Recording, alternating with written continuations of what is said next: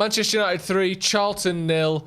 We are into the semi-final of the League Cup. Maybe expected, maybe the result we sort of thought we'd see. Semi. But anytime you get a semi, it's good news, isn't it? It's been a while. Yeah. But so to get a semi after so long, it's nice to see it return.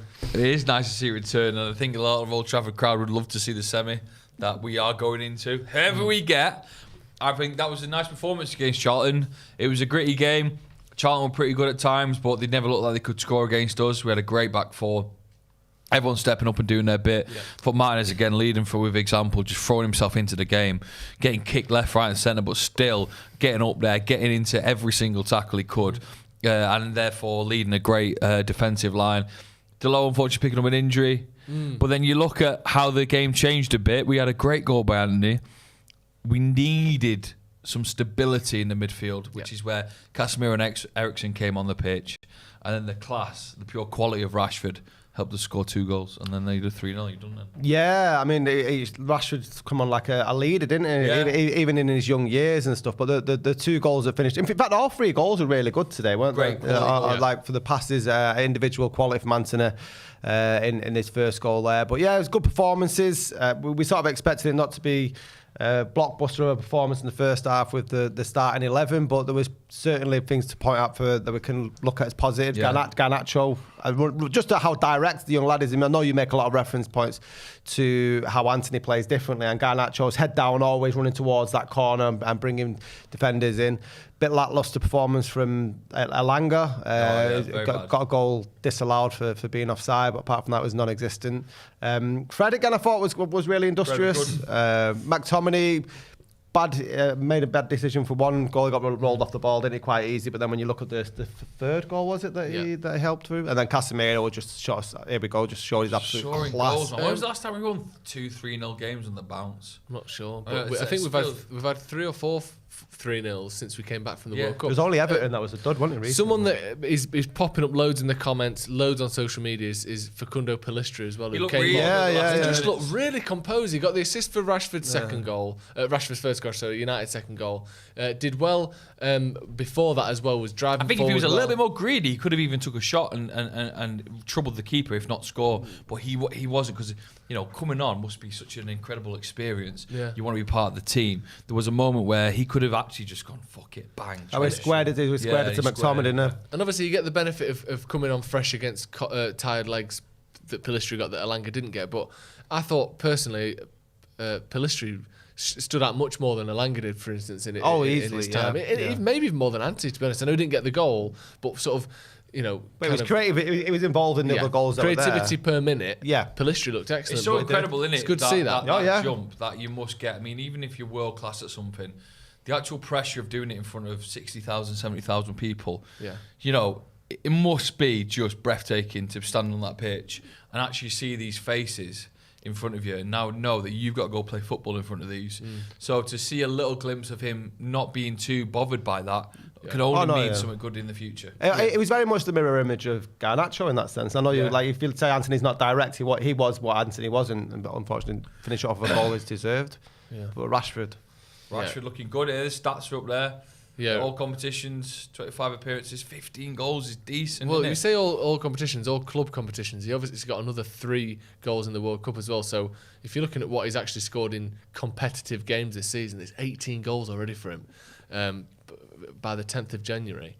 Like we were saying in the watch along, but if you were Marcus Rashford now, your eye would be on a 30-goal season, not a 20-goal season, wouldn't it? Yeah. He's 18 already, for United in England. I think when Ten Hag said 20, I think that was a bare minimum that he sort of expects, and that United need to try and hopefully get some silverware. But yeah, I don't see why he can't do it.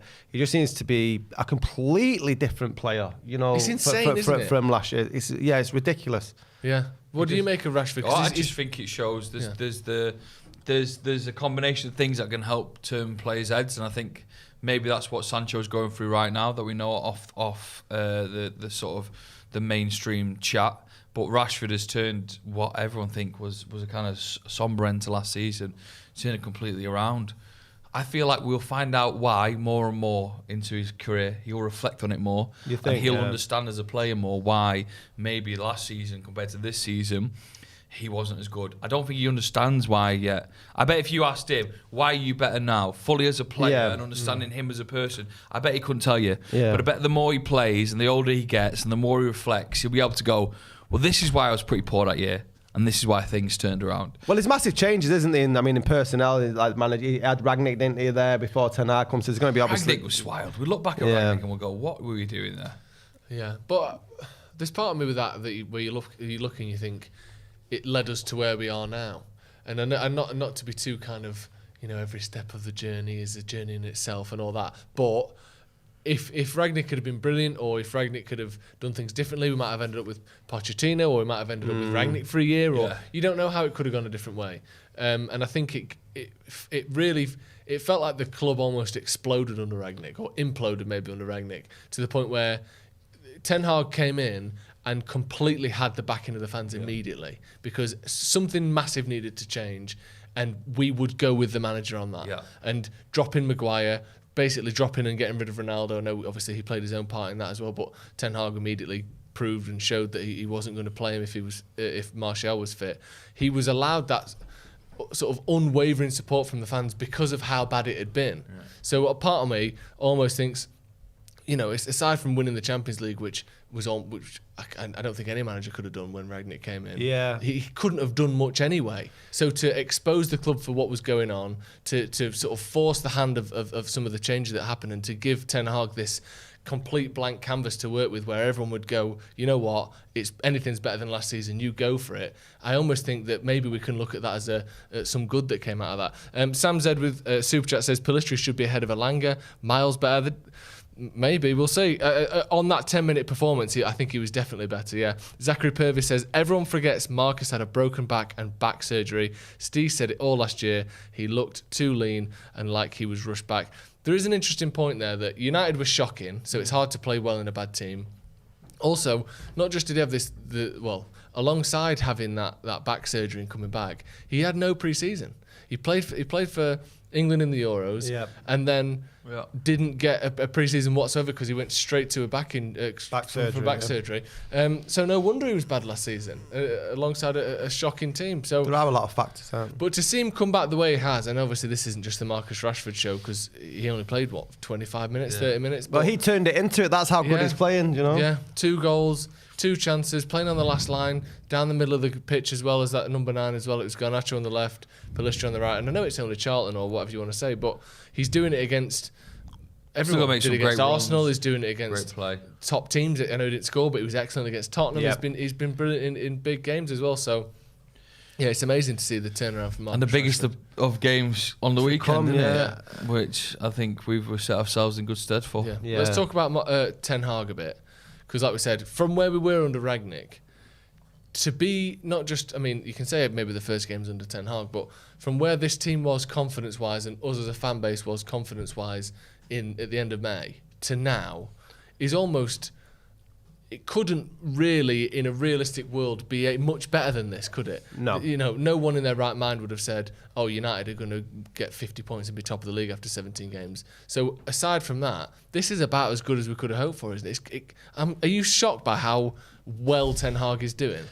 A little bit maybe, but you make a good point about the contrast because how bad it was. What's the old saying, what a difference a year makes, because what all 3 of us were doing this time last year. But he had the pedigree. My only doubts were that he'd only ever done it in Holland. So that's that step over. And there's not been too many managers that have transitioned from the Dutch league over to England and been a massive success. But I just like everything about him. And not as just only his tactics on the pitch, his man management style. That he seems to get players who weren't playing necessarily well and look like they're on the way out and give them a new sort of lease of life. The way he handled the Ronaldo situation.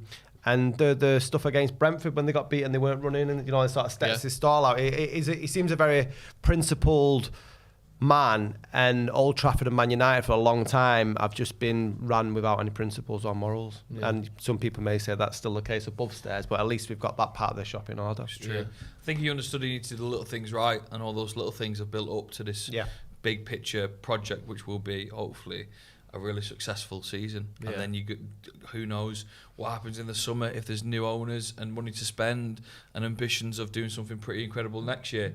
But yeah, for where we are now, if we're in a semi-final, we're in all of our competitions still.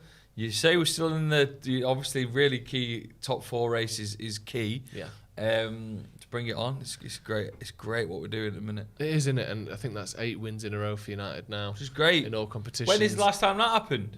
Yeah, I don't have the stats in front of me, obviously, but At all. It's been a while. Yeah, and like I think since the City game, obviously the 6-3, I think it's either 16 or 17 wins, 2 draws, 1 loss, which is sort of title winning form, not just, an improvement over last season. That's sensational form. So yeah, long may it continue. Thank you very much for joining us. No, Manchester United into the first Yeah. possible semi-final of the Back season. for the semi. Just Yeah. the small task now of City, Arsenal, 2 games against Barcelona all before the end of February. So that's going to be fun. Yes, Plenty to look forward to as a Man United fan. We've got to enjoy our semi while we've got it. Exactly. Who knows how long it'll last. Windmill it.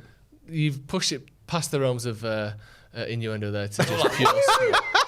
But thank you very much. We will be doing all of that. I'm sure Joe will over on the Sloppy Joe's podcast. You can find Scotty on the Scotty and Motti podcast as well. The link to both of those will be in the description. Manchester United 3, Charlton 0, semi-final inbound. Love you, Dean Holden. Yeah, man. See you in a bit. Love you.